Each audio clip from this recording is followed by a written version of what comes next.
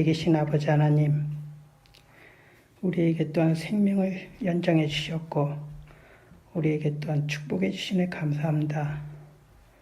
이 어려운 환경 속에 전염병으로 해서 온 세계가 걱정과 근심 속에 살아가고 있습니다. 이 불쌍한 인간들을 보살펴 주시옵고 하나님의 은혜로 우리 살 수 있게 하여 주옵소서. 또한 우리 사랑하는 백성들 주님께서 잘 지켜주었고 우리가 주님 오실 때까지 믿음을 굳건하게 지키도록 도와주옵소서. 이 전염병으로 해서 우리의 믿음들이 흩어지고 나태해집니다. 주님이시여 저희들에게 성령의 은총을 주셔서 우리 모두가 성심성의껏 주님을 섬기는데 부족함이 없도록 도와주옵소서. 우리 모두가 이 어려운 환경을 이길 수 있도록 주님께 은혜 주시옵고 또한 말씀과 기도로서 우리가 잘 견딜 수 있도록 도와주옵소서. 사랑하는 청학교의 모든 성도님들 어렵지만 주님께서 잘 지켜줄 걸 믿사오며 또한 은혜 주옵길 간절히 바라옵니다.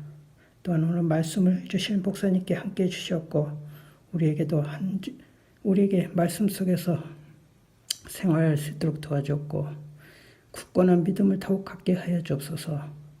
우리 모두가 안전하게 이 전염병이 지나갈 때까지 도와주시옵고 주님이 오시는 그날까지 우리를 굳건하게 지켜줄 걸 믿사오며 사랑하신 예수님의 이름으로 기도드립니다.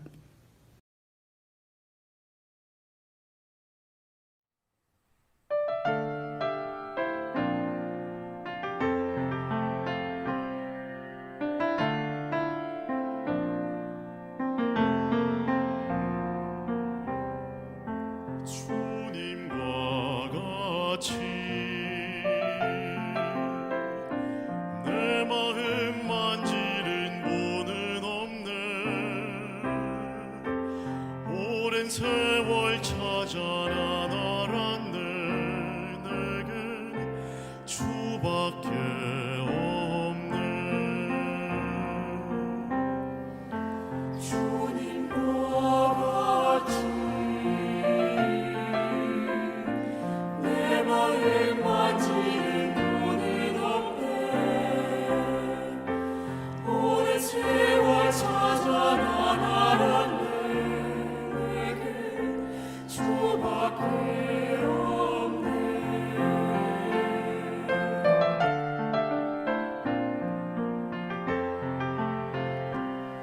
주사비 강같이 흐르고 주 손길 치료하네.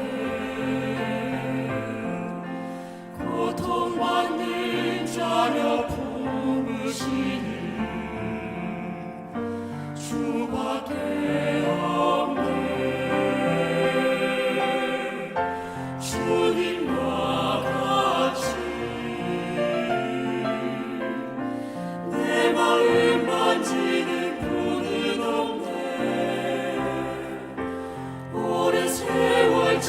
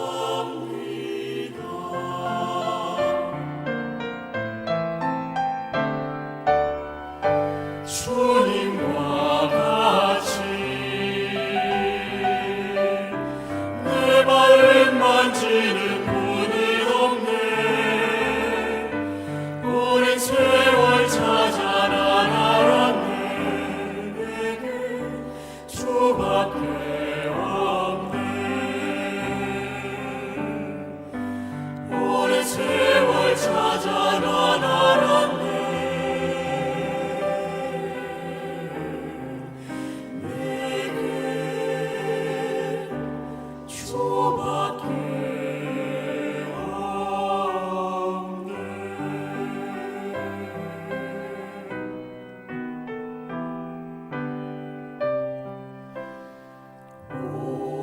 오직 주.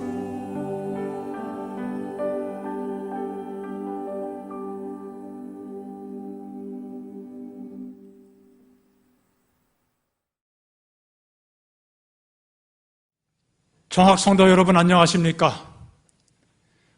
오늘 하나님의 은혜 가운데 우리 마음의 평화를 누리고 하나님의 복음의 은혜를 감사하며 하나님께 신령한 마음으로 예배드리는 귀한 시간 되기를 바랍니다. 하나님의 성령께서 우리 모든 심령마다 또 있는 곳에 함께 하셔서 우리 예배를 받으시고 하늘로부터 주시는 신령한 복을 누리시는 안식일 되시기를 바랍니다. 로마서 3장 23절로 26절 말씀을 봉독하겠습니다.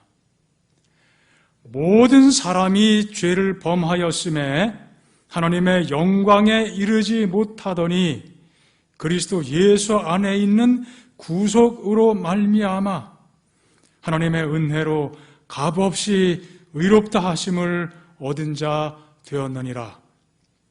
이 예수를 하나님이 그의 피로 인하여 믿음으로 말미암는 화목 제물로 세우셨으니 이는 하나님께서 길이 참으시는 중에 전에 지은 죄를 간과하심으로 자기의 의로우심을 나타내려 하심이니 곧 이때에 자기의 의로우심을 나타내사 자기도 의로우시며 또한 예수 믿는 자를 의롭다 하려 하심이니라.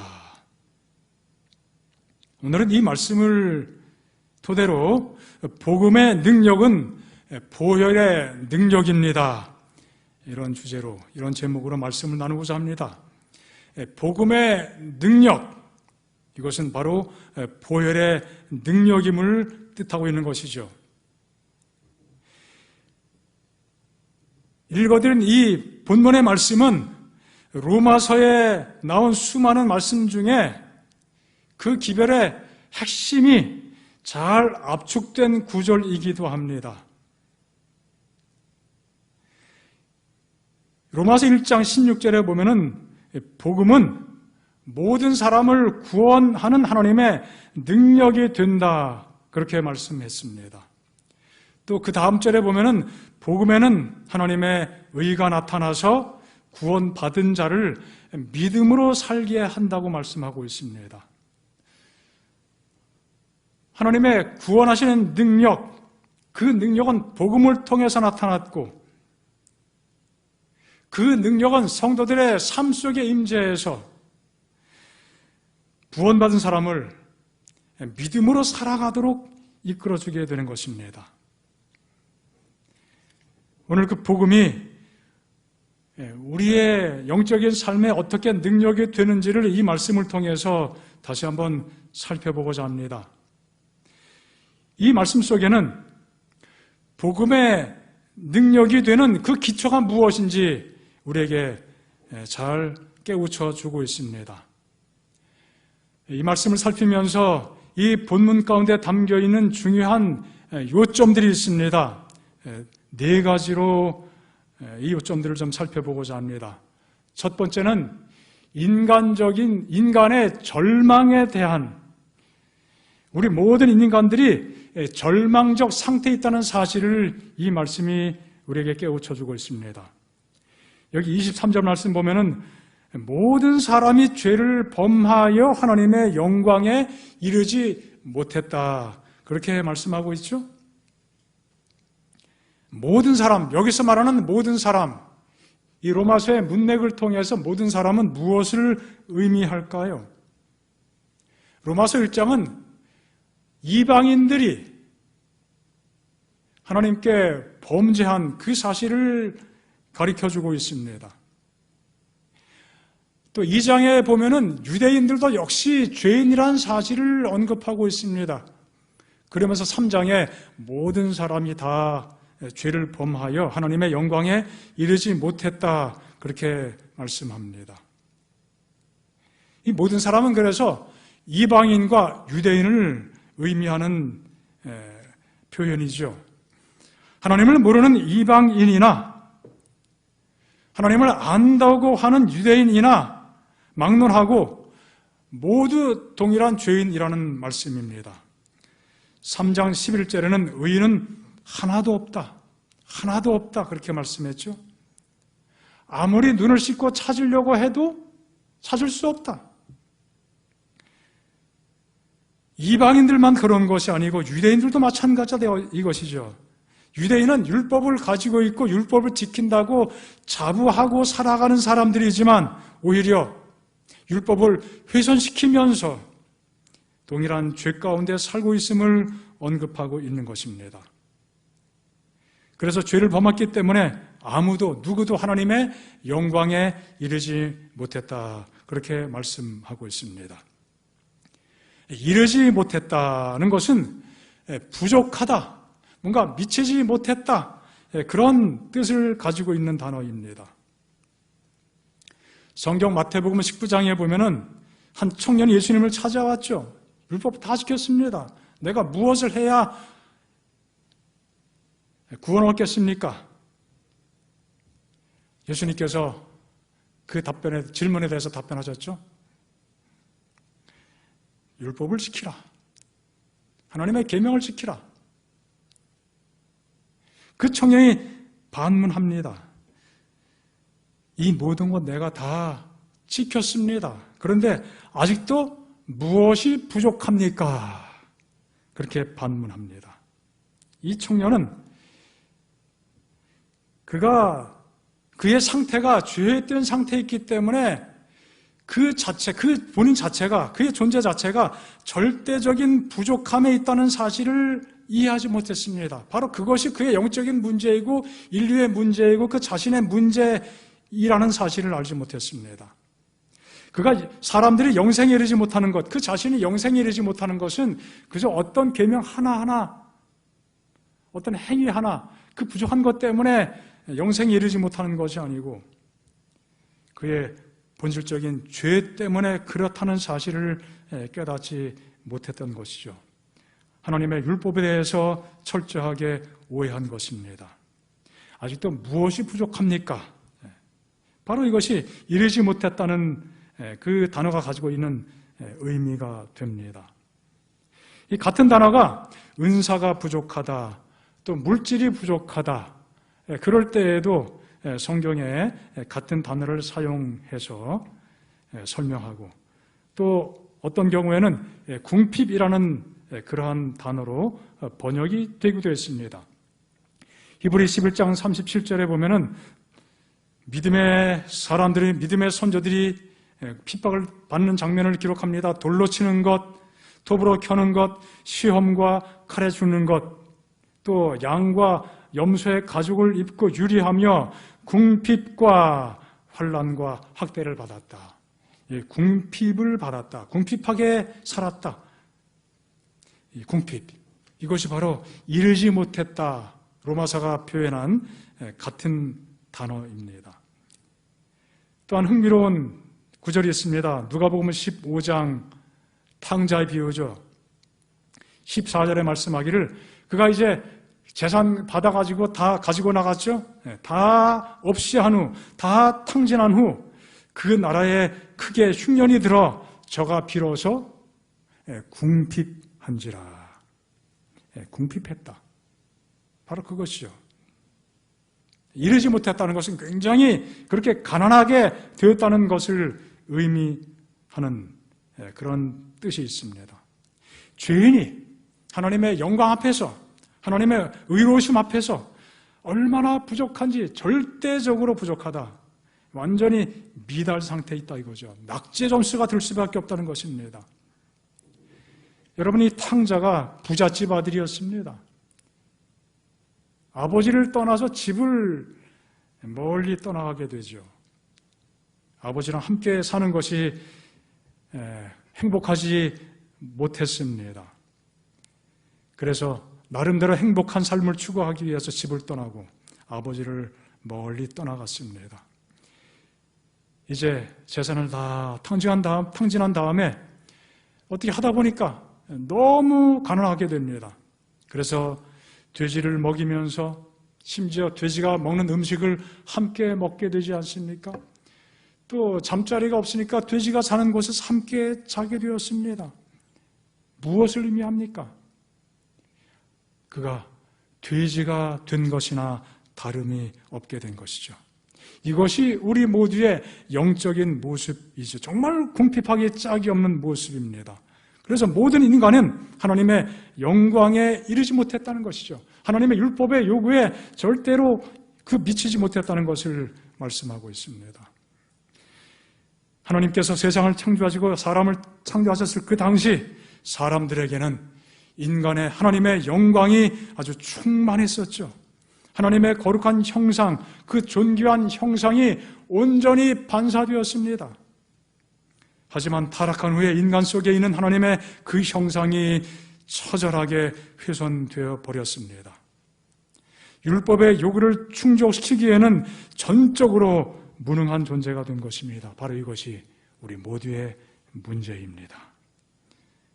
인간의 절망적인 상태, 우리는 이 말씀을 통해서 우리의 영적인 절망적 상태가 무엇인지 보게 되는 것입니다. 이 말씀이 우리에게 가르치는 또한 두 번째 요점은 이것입니다. 그렇지만 이렇게 절망적 상태, 큰 문제에 빠져 있지만 그 문제를 뛰어넘어서 하나님의 영광에 이를 수 있는 길을 어떻게 했다고요? 하나님께서 준비하신 것입니다. 우리의 마음속에 새 마음을 창조하시고 율법에 순종하는 삶이 가능하게 하는 그 길을 닦아 놓으신 것입니다. 그것이 이루어지는 유일한 방법은 무엇입니까? 하나님과 올바른 관계를 맺는 것입니다. 우리를 의롭게 하시는, 우리의 죄를 용서하시는 하나님을 만나는 것입니다. 그럴 때 우리에게 하나님의 영광으로 나아가는 길이 열리게 되는 것입니다. 24절에 말씀합니다. 그리스도 예수 안에 있는 구속으로 말미암아 하나님의 은혜로 값없이 의롭다 하심을 얻은 자 되었느니라. 바로 구속으로 말미암아 값없이 의롭다 하심을 얻게 되었다. 그렇게 선포하십니다. 이 구속이라고 하는 말은 문자적으로 속량하는 일을 의미합니다. 속량. 어떤 값을 치른다는 것이죠. 속전을 지불하는 것입니다. 노예나 죄수가 거기에 상응하는 대가를 지불함으로 풀려나게 되는 것, 자유를 얻게 되는 것, 그것을 속량이라고 이야기합니다. 이 구속은 바로 속량을 의미하는 단어입니다. 흥미롭지만 우리나라 조선시대에도 이렇게 속량 제도가 있었습니다. 노예가 돈을 지불하고 자유를 얻게 되는 일이 있었던 것이죠. 바로 그러한 개념을 여기 비유적으로 설명하고 있는 것입니다. 우리 예수님께서, 하나님께서 예수의 십자가를 통해서 우리가 치러야 될 죄의 값을 대신 치르고 우리를 자유케 하셨다는 것이에요. 예수 안에 있는 구속으로 말미암아 값없이 의롭게 하셨다고 말씀하십니다. 예수 안에 있는 속량으로 말미암아 예수님께서 우리의 모든 죄값을 치르심으로 우리가 의롭게 되었다고 말씀하고 있는 것입니다.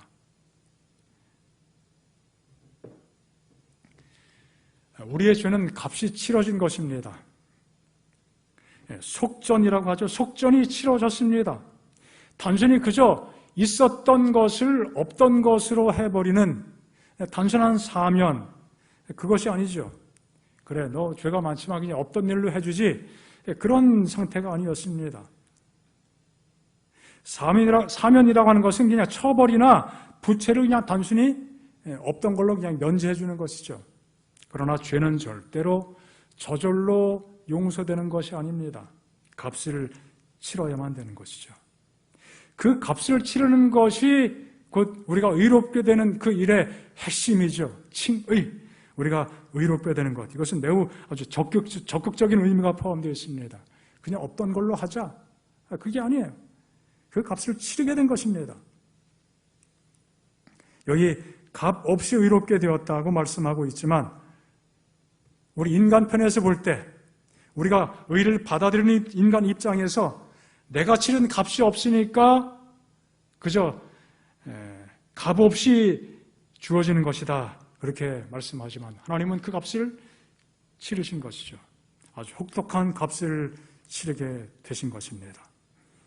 죄가 가지고 있는 죄의 저주, 거기에 상응하는 그 죄의 처벌, 내가 받아야 될 것이지만 하나님이 그것을 대신 받으시고 우리의 죄값을 갚아주신 것입니다. 우리가 아직 죄인 되었을 때 그리스도께서 우리를 위하여 죽으심으로 하나님께서 우리에게 대한 자기의 사랑을 확증하셨느니라. 자, 그것이 화목제물이죠. 여기 로마서 3장에도 화목제물 그런 표현이 나옵니다. 화목제물, 뭔가 좀 이교적인 냄새가 나는 듯 하지 않습니까? 이방 종교에서 이 신은, 그들이 섬기는 신은 실제 아는 것은 아니지만 늘 변덕스럽고 아주 까다롭습니다. 그래서 툭하면 벌을 주고 또 심술을 부리고 그런 존재이죠. 그래서 사람들은 그 신을 어떻게 해요? 온갖 제물을 통해서 양과 소, 기타, 심지어 자식까지 제물 삼아 희생시킴으로 그 신을 달래는 것, 그것이 이교신앙에 있어서의 화목의 개념입니다. 하나님은 변덕스러운 분이 아니시죠. 거룩하신 분이십니다. 그래서 죄에 대해서 진노하시는 분이십니다.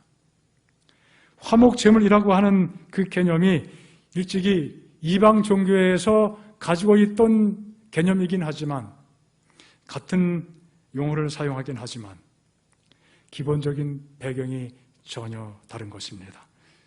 우리가 섬기는 하나님, 그 하나님은 이방인들이 섬기던 그 하나님과는 전혀 질적으로 차원이 다른 분이십니다. 그리고 화목을 하기 위해서 어떤 일을 누가 했느냐, 그 자체도 완전히 개념이 다릅니다. 이교도들은 화목을 이루기 위해서 인간이 화목 제물을 바치게 됩니다. 그렇지만 하나님과의 화목을 이루기 위해서는 인간의 제물로 이루어진 것이 아니죠. 그 화목은 하나님이 준비하신 제물, 무엇보다 그의 아들 그리스도, 그분이 십자가에서 겪게 되는 그 고통과 또 그와 관련된 수많은 모욕, 굴욕, 그것으로 인하여 화목 제물이 드려지게 된 것입니다. 하나님의 놀라운 사랑이 그분의 소중한 아들을 주는 일을 통해서 자신의 거룩한 진노와 화목하신 것입니다. 하나님의 의를 조금만큼도 손상시키지 않으면서 불의한 자를 의롭게 하신 것입니다. 흥미로운 사실은 여기 25절에 화목제물이라고 표현된 이 말씀이 한글 성경에서 특별히 신약에서 볼 때 이 화목제물이라는 단어는 바로 이곳에만 나타나는 표현입니다. 화목제물. 그리고 동일한 헬라 단어이지만 히브리서 9장 5절에 보면은 동일한 단어가 속죄소란 말로 번역이 됐습니다. 속죄소는 히브리어로 그 개념이 뭡니까? 덮는다. 그런 뜻이죠. 하나님의 언약궤, 십계명이 들어있는 그 언약궤를 덮는 그 뚜껑, 그 자체를 속죄소라고 이야기하고 또 다른 말로 시은좌라고 이야기합니다. 이것은 죄인의 죄가 최종적으로 용서가 되는 것이죠. 그리고 그 은혜를 인하여 용서하시는 하나님을 만나는 곳, 하나님이 거하시고 하나님과 인간이 대면하여 만나는 곳, 바로 그것이 속죄소입니다. 우리는 예수님께서 화목제물 되심으로 그 거룩한 지성소에서 사람들이, 죄인들이 하나님을 만나게 되었던 경험을 하게 되는 것입니다. 내 죄를 아주 용서하시고 내 죄를 온전히 사하시고 우리를 용납해 주시는 그 하나님 만나는 곳이 바로 속죄소, 화목제물입니다. 우리 예수님께서 화목제물 되셨다는 사실은 그러한 의미들이 다 포함되어 있다고 믿습니다. 마지막 네 번째입니다. 바로 이 십자가는 하나님의 의로우심을 증거하는 것이죠. 십자가가 누구의 의로우심을 증거한다고요? 여기 로마서 3장에 보니까 굉장히 특별한 언급을 하고 있습니다. 하나님께서 의롭다 하신다. 하나님의 의로우심을 나타내야 한다. 나타내려 한다. 세 번씩이나 강조하고 있습니다. 십자가가 사람을 의롭게 한다. 우리 죄를 용서하시고 우리를 의롭게 하신다. 그것은 충분히 이해할 수 있습니다. 그러나 성경에서는 하나님의 의가 십자가를 통해서 증거된다. 의로우심이 나타내어진다 말씀하십니다. 십자가에 포함된 아주 중요한 두 가지 의미를 말씀하고 있습니다. 첫째는 하나님의 의로우심을 증거하는 것이다. 그 다음에 죄인을 의롭게 하는 것이다. 이 십자가의 의미가 하나님의 의로우심을 나타내는 것에 더 큰 방점을 두고 있음을 보게 됩니다.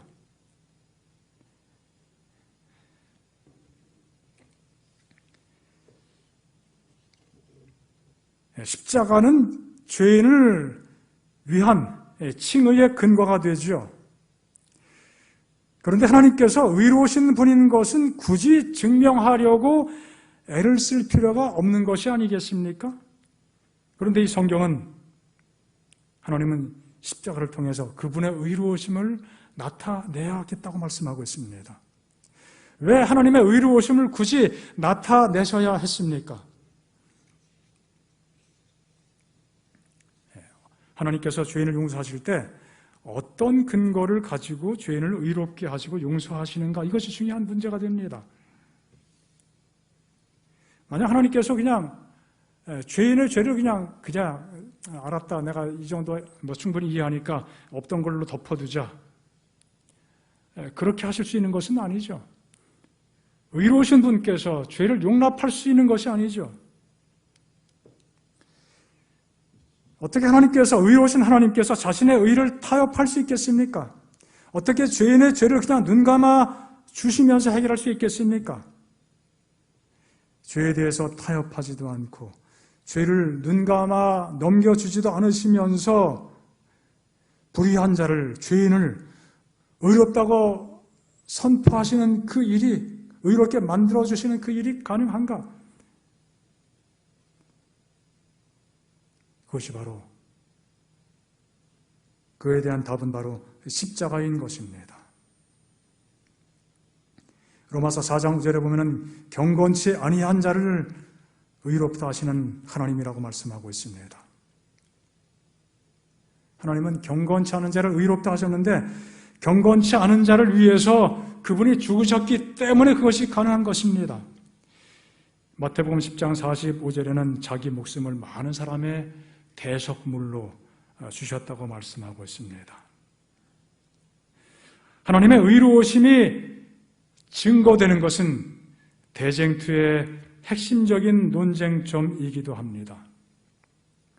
대쟁투의 쟁점은 사단이 하나님의 공의와 사랑을 비난하는 데 있습니다. 하나님이 사람들에게 사람이 지킬 수 없는 율법을 만들어 주셨기 때문에 인간이 그 함정에 빠져서 이 고통 가운데 처하게 되었다는 것이죠. 아예 그런 율법이 없었더라면은, 선악과가 없었더라면은 이런 고통이 있을 수 없었겠다는 것이죠. 또 한 가지는 그런 율법은 애당초 사람들이 지킬 수 없는 것이었다. 하나님이 그런 법을 만든 자체가 잘못된 것이다. 또 한 가지는 죄를 범한 인간이, 율법을 범한 죄인이 용서받는 것 자체는 불가능한 것이다. 마귀도 하나님의 율법을 범했습니다.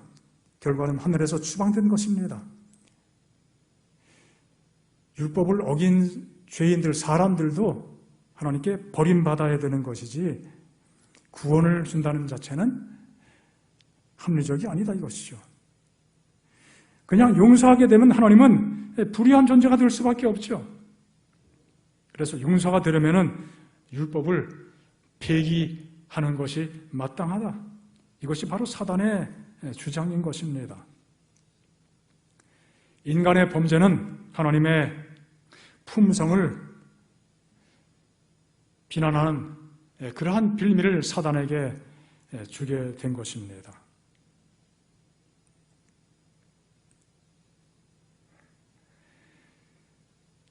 시대소망 761쪽에 보면 이렇게 말씀하고 있습니다. 그는, 마귀죠, 하나님께서 아직도 죄인들에게 은혜를 나타내고 계시므로 그분은 공의로우실 수 없다고 주장한다.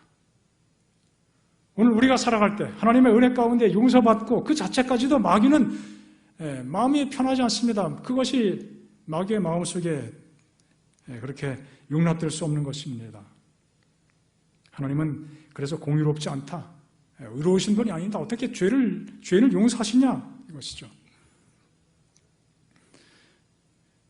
하나님께서 공의로우신 분으로서 동시에 죄인에게 사랑과 자비를 나타내 보일 수 없다고 하는 그러한 논리인 것입니다. 소위 공의와 자비가 공존할 수 없다 이것이죠. 인간의 범죄에 대해서 단순히 그냥 없었던 일로 간주한다면 하나님은 의롭지 않다는 비난을 피할 수 없게 됩니다. 하지만 하나님은 그 값을 정말 아주 비싼 값으로 치르셨죠. 피로써, 생명으로서 속전을 치르시면서 하나님의 사랑이 온 우주에 증거됐습니다. 하나님의 의로우심이 온 우주에 선포가 된 것입니다. 반역한 인간을 받아들이고 하늘로 들어오도록 허락하는 것은 그들의 과거 행위와 품성을 그냥 무조건 승인한다는 것을 뜻하지 않습니다. 우리의 죄가 용서되기 위해서 치러진 그 큰 값이 무엇인지 우리가 깨닫게 될 때 하나님께서 얼마나 죄를 미워하시는지를, 정말 죄와 의가 절대로 공존할 수 없다는 사실을 깊이 알게 되는 것입니다. 죄는 그냥 없어지거나 용서되는 것이 아니라 반드시 값을 치러야 되는데 그 값을 하나님께서 치러 주신 것입니다.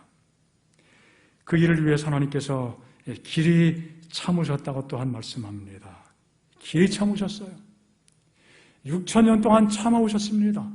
또 앞으로 얼마나 더 참으셔야 될지 알 수가 없습니다.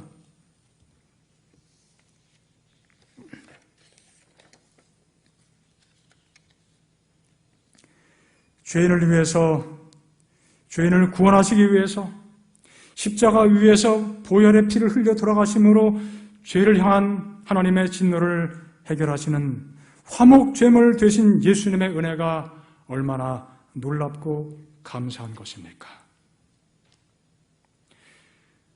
흘리신 보혈은 죄인만 의롭게 하신 것이 아니라 하나님의 의를 온 우주에 드러내셨습니다.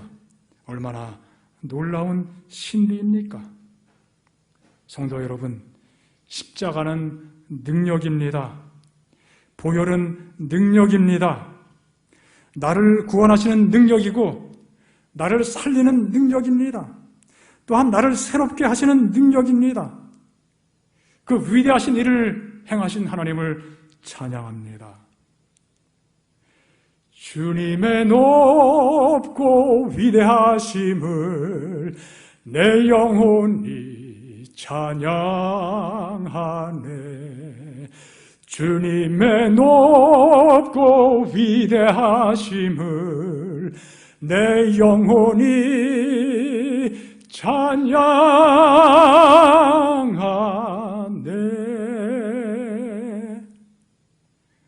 정말 우리 마음을 다해 찬양해야 될 주제가 아니겠습니까?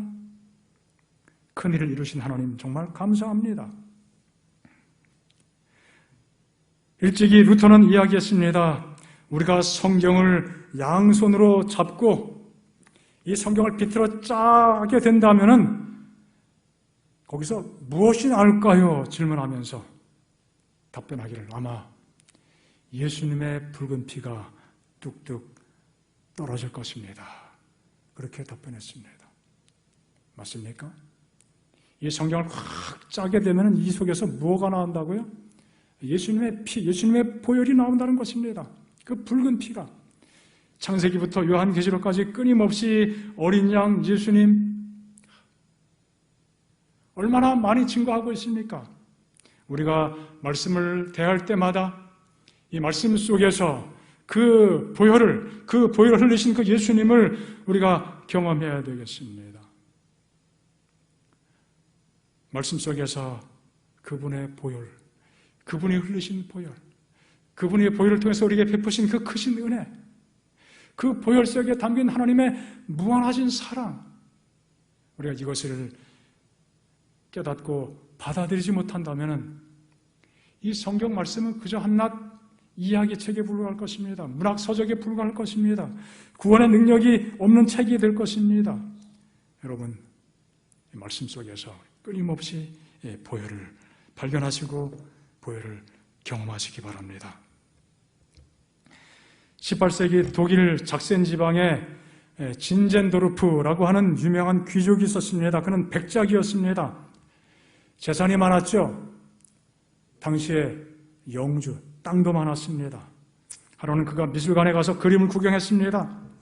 하나의 그림에 한참 그의 눈길이 멈춰지게 되었습니다. 다름 아닌 예수님께서 십자가에 못 박혀 죽으시는 장면을 묘사한 그림이었습니다. 그가 그 그림에 한참 집중하고 몰두하게 되었습니다. 그런데 그 순간 마치 그 그림이 살아서 막 삶의 그 정말 십자가 현장에 가 있는 것 같은 산 그림처럼 마음속에 느껴지게 되었습니다. 피가 떨어지는 장면, 하나의 그림이 아니라 실제로 그의 마음속에 실제가 된 것이죠. 그는 정말 깊이 충격을 받았습니다. 그 앞에서 무릎을 꿇었습니다. 하나님께 회개의 기도를 드립니다. 예수님, 내 죄 때문에 저렇게 피를 흘리고 죽으셨는데 나는 예수님을 위해 한 것이 아무것도 없습니다. 저의 죄를 용서해 주십시오. 정말 간절히 기도했습니다. 이 놀라운 경험은 그의 삶을 완전히 바꾸어 놓았습니다. 지금까지 그의 자신만을 위해 살았던 그였지만 이제 주님을 위해 살고 이웃을 위해 살고자 하는 마음을 가지고 살기 시작합니다. 그의 모습이 전적으로 변화된 것입니다. 그가 소유한 땅을 사람들에게, 필요한 사람들에게 나누어 주기도 했습니다. 마침 그때 모라비안 교도들이 신앙의 박해를 피해서 그가 살던 지역으로 도피를 하게 되었습니다. 그들에게도 그들이 편안히 살 수 있도록 자기 땅을 내어 주었습니다. 그래서 모라비안 교도들이 그곳에 헤른포트라는 신앙 공동체를 만들고 독일 경건지 운동을 그곳에서 펼쳐 나가게 되었습니다. 그 모라비안 공동체에서 은혜를 받은 사람 중에 한 사람이 바로 요한 웨슬레이입니다. 그는 감리교의 창시자가 되었죠. 그들의 경건한 모습을 보고 웨슬레가 아주 마음에 깊은 충격적 감동을 받고 돌아가서 기도하는 가운데 그는 정말 완전한 회심을 경험하게 되고 영국의 감리교회를 처음 세우는 일을 하게 되었습니다. 여러분, 보혈의 능력입니다. 예수님의 십자가의 능력입니다. 귀한 보혈이 흐르는 예수님의 모습을 우리가 보게 될 때 우리도 우리의 삶의 진정한 변화, 전적인 변화를 경험하게 될 것입니다. 정말 그 보혈을 온전히 경험했던 사람들이 그렇게 되었던 것처럼 하나님의 귀하신 은혜가 우리 모든 성도들의 삶 속에 풍성히 임하시기를 간절히 축복합니다. 이 보혈로 우리의 모든 죄를 사하시고 정결케 하심을 인해 하나님을 높이 찬양합니다. 이 보혈이 우리의 생각을 하늘로 향하게 하심을 인하여 하나님을 찬양합니다. 하나님께 또한 감사합니다. 어떠한 재난과 역경이 앞을 가로막을지라도 주님의 보혈을 힘입어 영적 행진을 포기하지 않고 하늘을 바라보며 힘차게 전진하게 하시니 하나님을 또한 찬양합니다. 주님의 보혈이 우리를 변화시키는 능력이 되심을 믿고 의지합니다. 영원히 주님을 찬양하며 주의 보혈을 주목하고 사는 우리 모든 정학 성도가 되시기를 간절히 바랍니다. 오늘 또 말씀을 기억하면서 우리의 마음과 뜻을 다해 힘차게 주님의 보혈을 찬미하는 그 찬양을 함께 부르기를 원합니다. 338장 찬양입니다. 주 예수 십자가 보혈로 내 죄를 다 씻기 원하네. 내 죄를 씻으신 주 이름 찬송합시다. 깊은 영혼의 심금을 울리는 그러한 경험을 함께 찬양하겠습니다.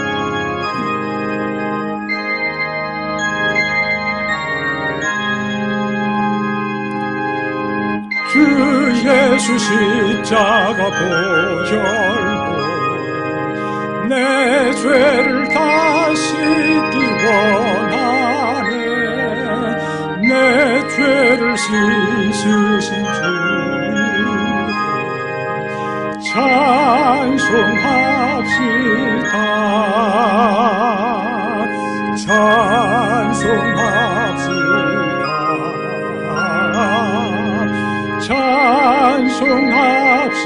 찬송합시다. 내 죄를 씻으신 주 찬송합시다. 내 죄를 속하여 주신 주 내 속에 늘 계신 원하네. 십자가 앞에서 찬송합시다.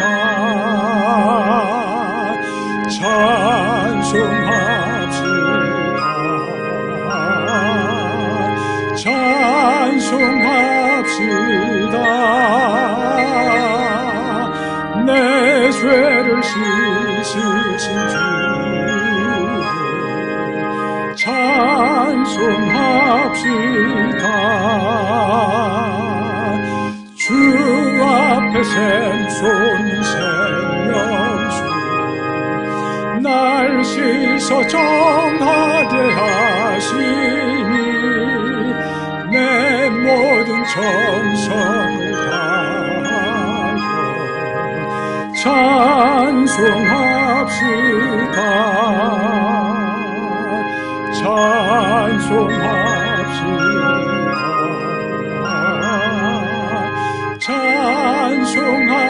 찬송합시다. 내 모든 정성을 다하여 찬송합시다. 이 풍성한 샘을 나와서 불쌍한 내 영혼 잠그네. 주 예수 발 앞에 엎드려 찬송합시다.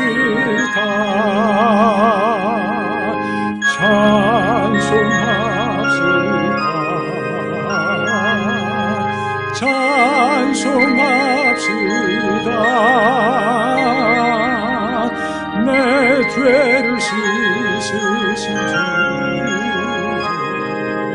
주 찬송합시다.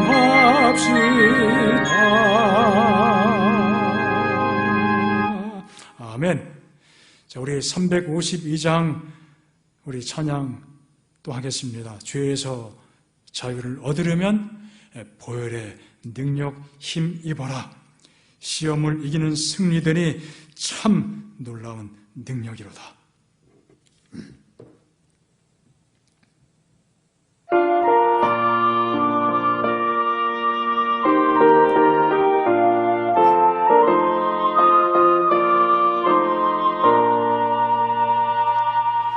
죄에서 자유를 얻으려면 보혈의 힘입어라. 시험을 이기는 승리되니 참 놀라운 능력이로다.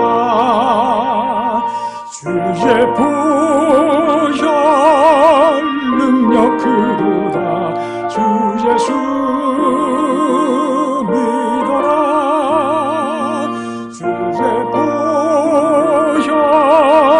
그 어린 양의 매우 귀중한 피로다. 육체의 정욕을 이기려면 보혈의 능력 힘입어라.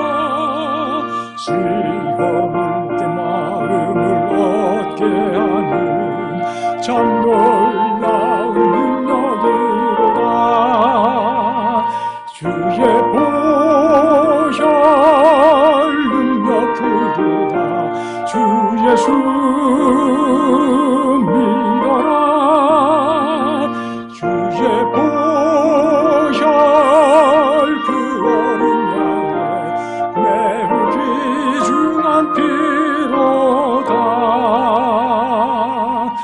눈보다 더 희게 되려거든 보혈의 능력 힘입어라.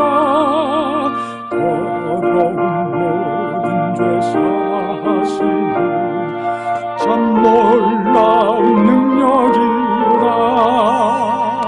주의 보혈 능력 그도다. 주 예수 믿어라. 주의 보혈 그 어린 양의 매우 귀중한 피로다. 만왕의 왕 예수 모시려면 보혈의 능력 힘입어라. 날마다 우리의 찬송 제목 참 놀라운 능력이로다. 주의 보혈 능력 그도다. 주 예수 믿어라.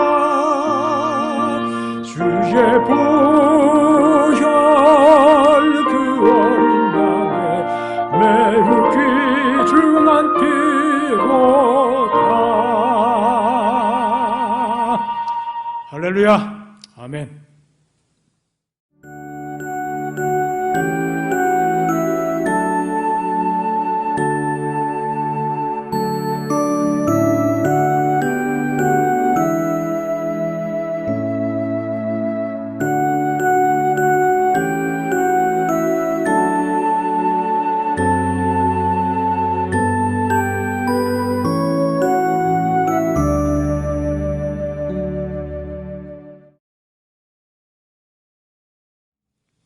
기도하겠습니다. 아버지 하나님, 하나님의 오묘하고도 신비한 구원의 계획 속에서 우리의 모든 죄값을 다 치르시고 우리를 살리시기 위해서, 또한 무엇보다 하나님께서 참으로 의로우신 분임을 온 우주에 나타내 보이시기 위해서 우리 주님 십자가 위에서 보혈을 흘려주시고 그 위대하신 일을 온전히 이루어 주심을 감사합니다. 하나님을 찬양합니다. 그 보혈이 우리의 삶 속에 온전히 뿌려지고 적용되어짐을 인하여 감사합니다. 그 보혈이 능력이 됨을 고백합니다. 날마다 말씀 속에서 또 십자가를 묵상함으로 십자가 가에 나아가 보혈을 힘입는 우리 모든 성도가 되게 도와주시옵소서. 하나님의 크신 사랑과 우리 주님의 놀라우신 은혜 가운데, 또한 성령의 감동하심과 은총 가운데 거하는 우리 모든 주의 백성 되게 해주시옵소서. 예수님 이름으로 기도합니다. 아멘.